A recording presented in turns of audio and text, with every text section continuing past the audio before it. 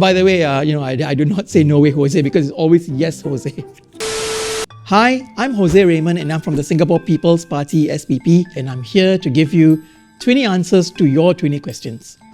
So, here goes. How did you enter politics and how did the Chiams impact your political career and beliefs? Sometime in 2017, Mrs. Chiam asked me for coffee. This was at the back of us setting up the Chiam See Tong Sports Fund to help under-resourced athletes, and Mrs. Chiam said she wanted to have a chat with me, and that's when she asked me to help out the party. I wanted to take a very non-adversarial, non-confrontational approach, because I do believe very much strongly in the need for us to be able to communicate and be able to work together. So I told her that, if you wanted me to do this, I needed to do it my way, and she agreed, and voila, that's how I started my work in Potong Pasir. I think the one thing which Mr. Chiam, something which he said, which has always lingered and will remain in my mind, is this line he used many, many years ago. I'm not a brave man, but I love Singapore and I love Singaporeans. At the end of it, people are going to see whether or not you're sincere about the work which you do. Why do you think people in Singapore complain so much about the government? Well, I think it's only our natural instinct to complain about everything, right? And if I recall, it was the late Mr. Lee Kuan Yew also said that we are a complaint society, or that we complain all the time and we're always grumbling. And well, I guess it's part and parcel of Maslow's hierarchy that once you reach a certain level, you see things through different lenses and we end up complaining a lot. How have your past career ventures in journalism and public service shaped you as a politician? I had a great boss when I joined today. His name was P.N. Balji. P.N. Balji actually taught me something which I thought has carried through in the course of my entire career. He taught me that journalism actually prepares you for life. And I think the other thing about journalism is that I've been able to meet lots of people through the work which I've done. I think that helps me to understand people from all walks of life. As a young boy, you lived in Queenstown, Bedok and Jurong West. People always fight over West Side, East Side, which is the best side. Well, which really is the best side? Can I be politically correct and just say all sides are the best? I've lived basically in the East, Central, and as well as in the West. Each part of Singapore seems to have a very distinctive flavor about it. And as much as I would like to, pinpoint which is the best side, I've got to say the politically correct thing and say we all live in different parts of the island and, we make the best of our times regardless where we live.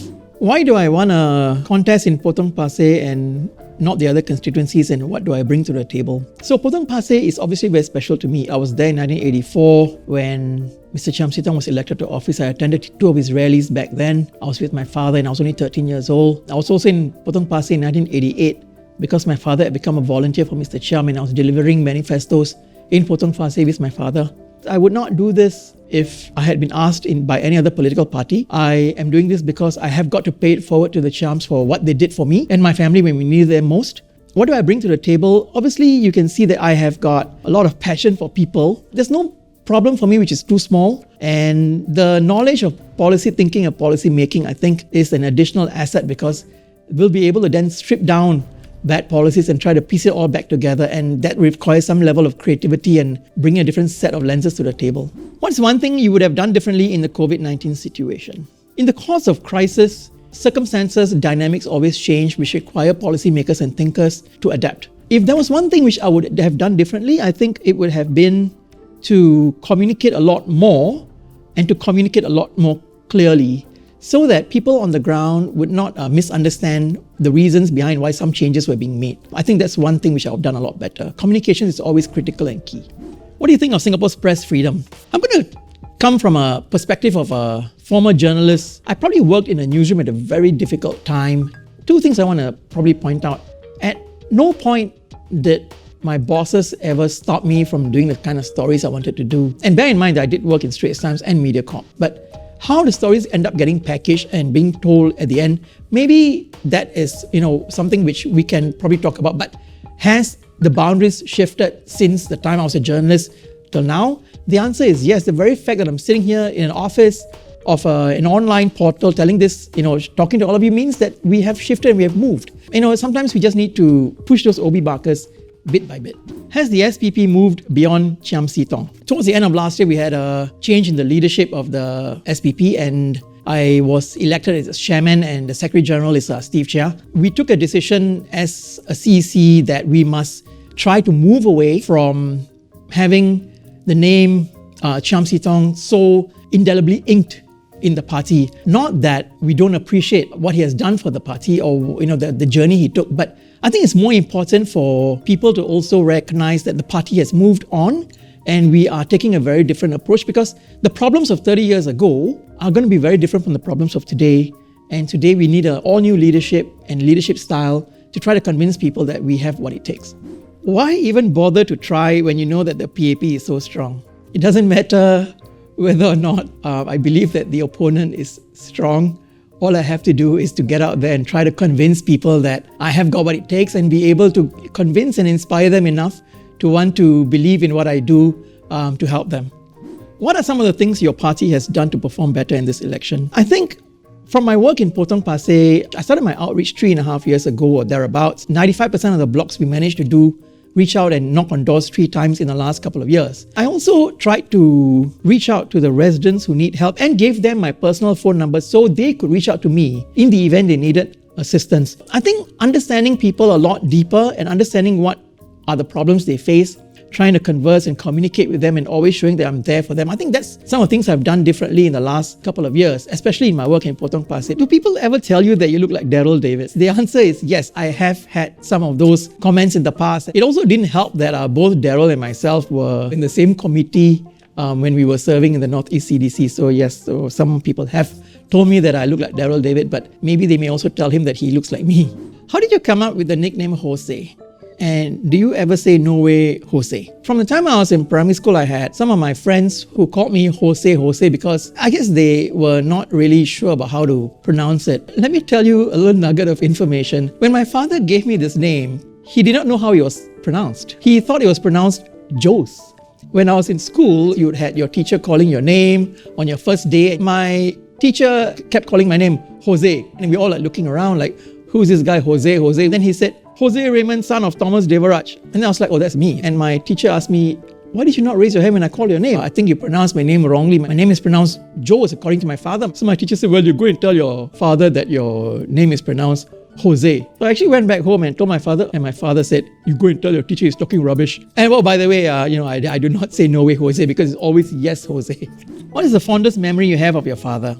I think the one thing which I am glad that I took the time to do was to spend a lot of time with him as much as I could, even though we were all busy with our careers. And there was one thing which we did very religiously for years.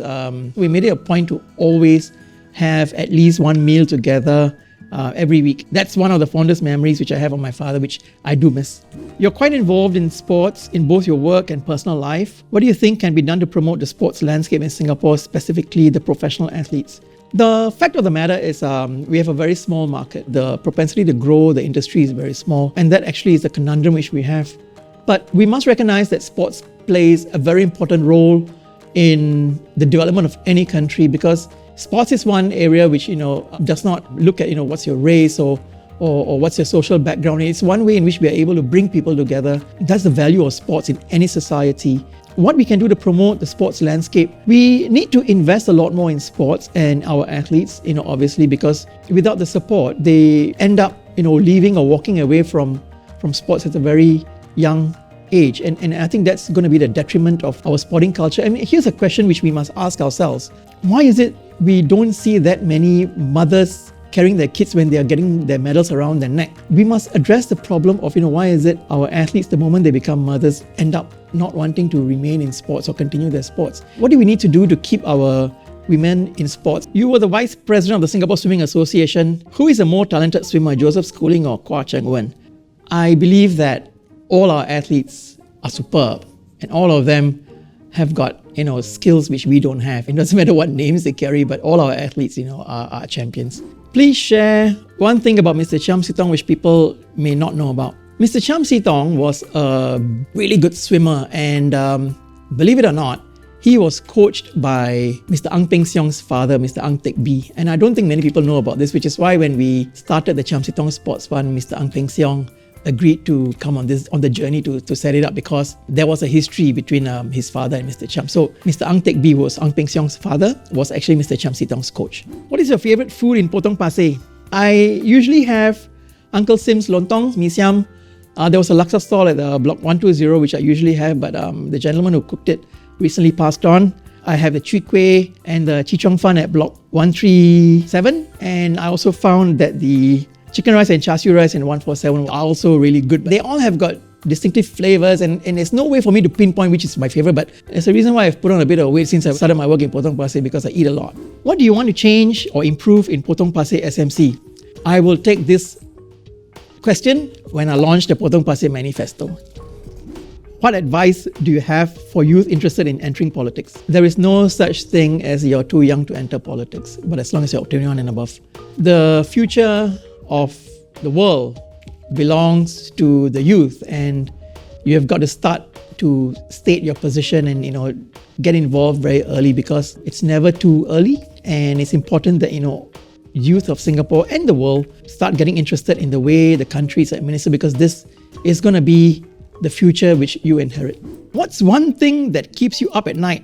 There is no one thing which keeps me up at night. There are tons of things which keep me up at night. This is a very good question, because the people around me seem to think that I sleep very little, and actually I do. Well, a couple of things which keep me up at night is welfare of people, welfare of society, social mobility. Netflix keeps me up at night pretty a lot as well. I have been binging on Ozark and Bad Blood and Border Town and The Politician. Yeah, so there are lots of things that keep me up at night.